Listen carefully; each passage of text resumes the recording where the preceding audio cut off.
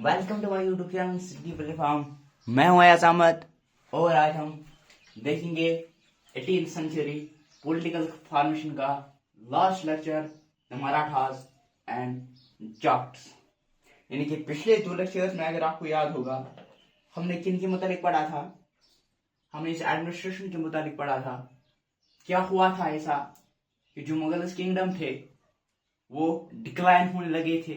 जो औरंगजेब की जो पार्टी थी, जो औरंगजेब की हुकूमत थी, जो औरंगजेब का रूल था, वो क्यों डिक्लाइन हुआ था वो हमने देखा था। फिर मैंने आपको उसी लेक्चर में बताया था emergence of new states. New states कैसे क्रिएट हुए थे। मैंने आपको बताया था कुछ ऐसे थे जो लिंक्ड थे मुगल किंगडम के साथ, लिंक थी उनकी। फॉर एग्जाम्पल जैसे हैदराबाद की बात हमने की थी, जैसे कि अवध की बात हमने की थी, जैसे कि बंगाल की बात हमने की थी। ये वो स्टेट्स थे जिनको अभी भी लिंक थी किनके साथ, मुगल्स के साथ। फिर हमने बात की थी किसके बारे में, राजपूत के बारे में। उनके साथ कोई लिंक नहीं थे, ये इंडिपेंडेंट थे, ठीक है ना। राजपूत के बारे में हमने पढ़ा था, ठीक है ना। तो राजपूत अलग थे। फिर हमने देखा था सिख के बारे में, सिख कम्युनिटी यानी कि सिख स्टेट, गुरु गोविंद सिंह के बारे में। उनके बारे में मैंने आपको बताया था कि जब मुगल्स का दौर होता, मतलब जब मुगल्स का दौर चल रहा था उस टाइम जो गुरु गोविंद सिंह उसकी लड़ाई हो रही थी कंटिन्यूस, मराठास के साथ और मुगल्स के साथ कंटिन्यू चल रही थी लड़ाई। और फिर अनंत सिंह, फिर जो उनके बहादुर आए, ठीक है ना। तो कोई न इसने बनाए थे। फिर आगे आगे मैंने वो कहानी आपको बताया था। वहां पे 2 तरह के आदमी फिर प्रेजेंट हुए। एक वो जो खालसा वाले जो कह रहे थे राज करेगा खालसा, दूसरा वो जो 2 जगह जो 2 दिनों पे मिलते थे, एक बैसाखी पे और दूसरा दिवाली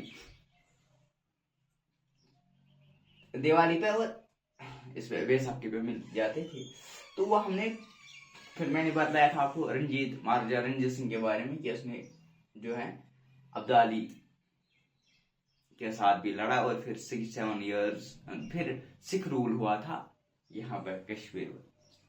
तो अब हम बात करेंगे मराठास के बारे में और जाट्स के बारे में। इसी के साथ ये आज का लेक्चर जब खत्म हो जाएगा तो इसी के साथ क्लास 7 का भी हिस्ट्री पोर्शन खत्म हो जाएगी।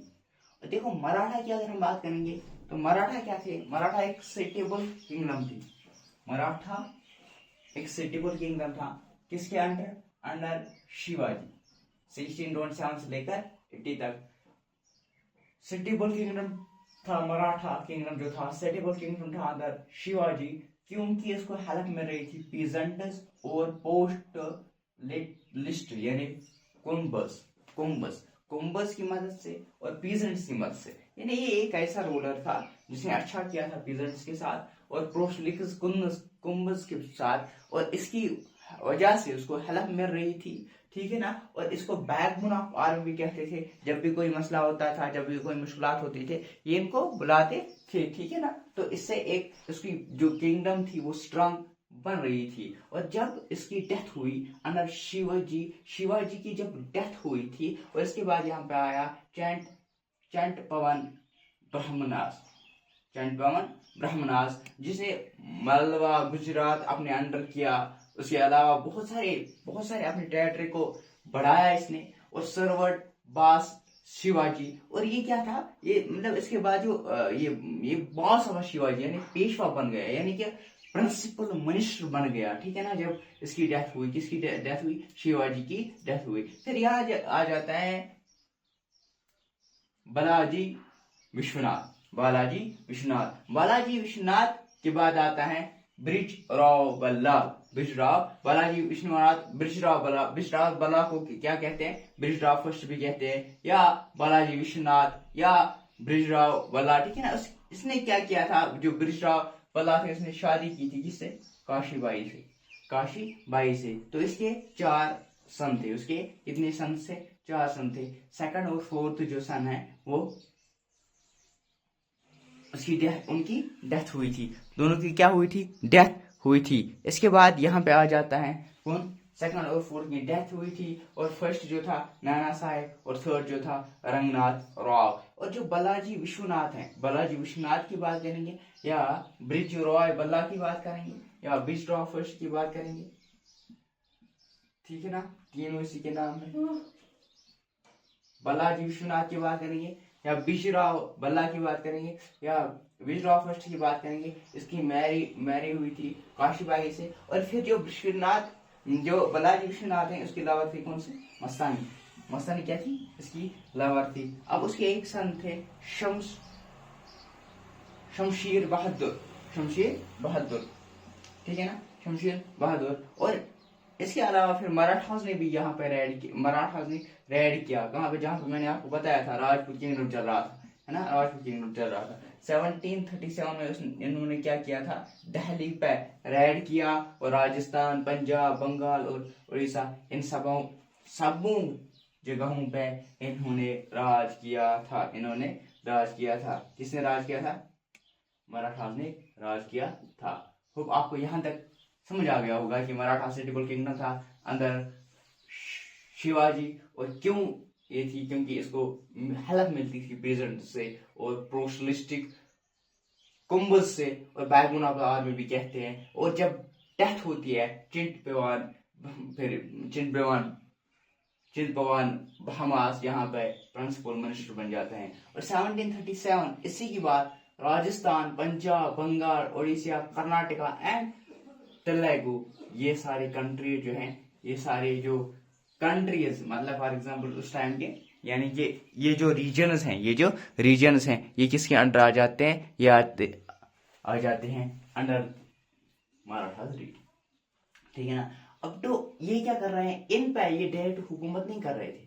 जब इन्होंने यहाँ पे रेड करना स्टार्ट कर दिया, आगे आगे क्या किया, इन्होंने पे ट्रिब्यूट किया, इनको बताया कि मुझे आप क्या करो, मुझे आप पे दे दो, आप टैक्स दे दो, ठीक है ना। लेकिन मिलिट्री कंपेनियन जो थे, ये होस्टाइल मराठास, यानी कि मराठास के मतलब जलते थे, उनसे जलते की बात क्या कह सकते हैं, इनके अपोजिट थे, उनके क्या थे, अपोजिट थे, ठीक है ना। तो यहाँ से स्टार्ट होता है थर्ड बैटल ऑफ पानीपत 1761 में क्या होता है, थर्ड बैटल ऑफ पानीपत। देखो यहाँ पे फीचर्स की अगर हम बात करें, यहाँ पे इनकी फीचर्स, मराठास की फीचर्स की बात करें, एक इफेक्टिव एडमिनिस्ट्रेशन सिस्टम था। इवन कि इनके पास मिलिट्री जो थी वो भी मतलब बहुत बढ़िया मिलिट्री थी इनके पास, बहुत बढ़िया मिलिट्री थी इनके पास। इसके अलावा इफेक्टिव एडमिनिस्ट्रेशन सिस्टम था। रेवेन्यू, एग्रीकल्चर, इन्होंने क्या किया, रेवेन्यू को बढ़ाया। कैसे बढ़ाया, इन्होंने एग्रीकल्चर पे अपना जो पूरा कोई ध्यान दिया। जब एग्रीकल्चर बढ़ गया, उस टाइम का एग्रीकल्चर ही सब कुछ था, क्योंकि प्राइमरी में आज भी देखा जाए तो प्राइमरी कमर्शियल में जाता है वो एग्रीकल्चर ही, ठीक है ना। उस टाइम के एग्रीकल्चर बहुत ज्यादा रोल अदा करता था। और एग्रीकल्चर पर इन्होंने वर्क किया तो रिसोर्स यहाँ पे बढ़ रहे थे। जब रिसोर्स बढ़ रहे थे और मिलिट्री जो कंपेनी से मिलिट्री का जो प्रभाव था वो भी बढ़ रहा था, इफेक्टिव एडमिनिस्ट्रेशन बन रहा था। यहाँ पे न्यू ट्रेड रूट्स इन्होंने खोले। जब इन्होंने तो ट्रेड करना आसान हो गया। जब ट्रेड करना आसान हो गया तो ये भी एक बेनिफिट था इनके लिए, मराठास के लिए। इसके बाद हम आते हैं जातस पे, ठीक है ना। जात की अगर हम बात करेंगे तो यहाँ पे इनका लीडर जो था, खुरामान जो था, वेस्ट ऑफ सिटी दिल्ली पे इसने क्या किया था, कंट्रोल किया था, यहाँ तक कंट्रोल किया था। और पारपीरियस एग्रीकल्चर, इसने भी एग्रीकल्चर जो है ना इसको बढ़ाने की कोशिश की, ठीक है ना। क्योंकि एग्रीकल्चर उस टाइम का एक कमांडर रोल प्ले करता था, एग्रीकल्चर बढ़ जाता था।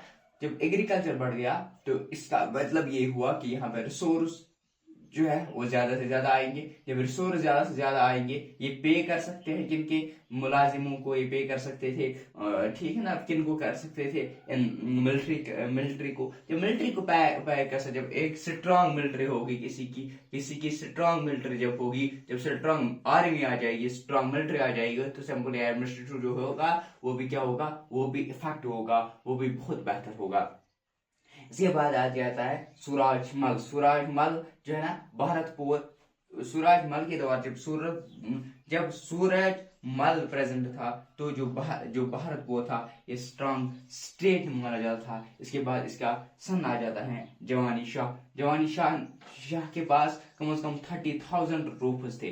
कितने? 30,000 ट्रूप्स थे और 20,000 इनने हायर किया थे कहां से? मराठा से। और 50,000 ट्रूपर्स इन्होंने हायर किए थे किससे? सिख से हायर किए थे। और 20,000 इन्होंने मराठा से हायर किए थे। 30,000 ट्रूप्स उनके पास खुद थे। और किस लिए ये सारा कुछ किया था? इसलिए किया था ताकि जिन से फाइट कर सके, फाइट अगेंस्ट द मुगल से लड़ सके। अब देखो, अगर हम सूरज मल की बात करेंगे, ये इसका जो कंट्रोल था वो राजस्थान, वेस्टर्न यूपी, ठीक है ना, दिल्ली, इन सब जगहों पे इसका कंट्रोल भी रहा था। अगर हम दिल्ली की बात करें, इसके बाद इन्होंने नंबर ऑफ फोर्ट्स को बनाया है। और इसके अलावा लोहागड़ा फोर्ट भरतपुर में भी बनाया है। किसके द्वारा बनाया गया था?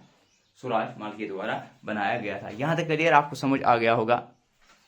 मराठा के बारे में हमने पढ़ा कि मराठा किंगडम क्यों इफेक्ट रही, क्यों एडमिनिस्ट्रेशन मिलिट्री उसकी बढ़ गई, क्योंकि एग्रीकल्चर अच्छा हुआ था और न्यू ट्रेड रूट्स बन गए थे। और जाट्स का लीडर हमने जोराहम पढ़ा। तो इसके साथ ही जो मराठास और जाट्स ये खत्म हो रहा है। दैट मीन्स कि जो हमारे पास जो क्लास 7th की हिस्ट्री है वो खत्म हो गई है। तो मिलते हैं अगले लेक्चर में, करेंगे स्टार्ट हिस्ट्री क्लास 8th की। तब तक बने रहे हमारे यूट्यूब चैनल के साथ, स्टडी प्लेटफॉर्म अपने दोस्तों के साथ भी शेयर करें। Thank you.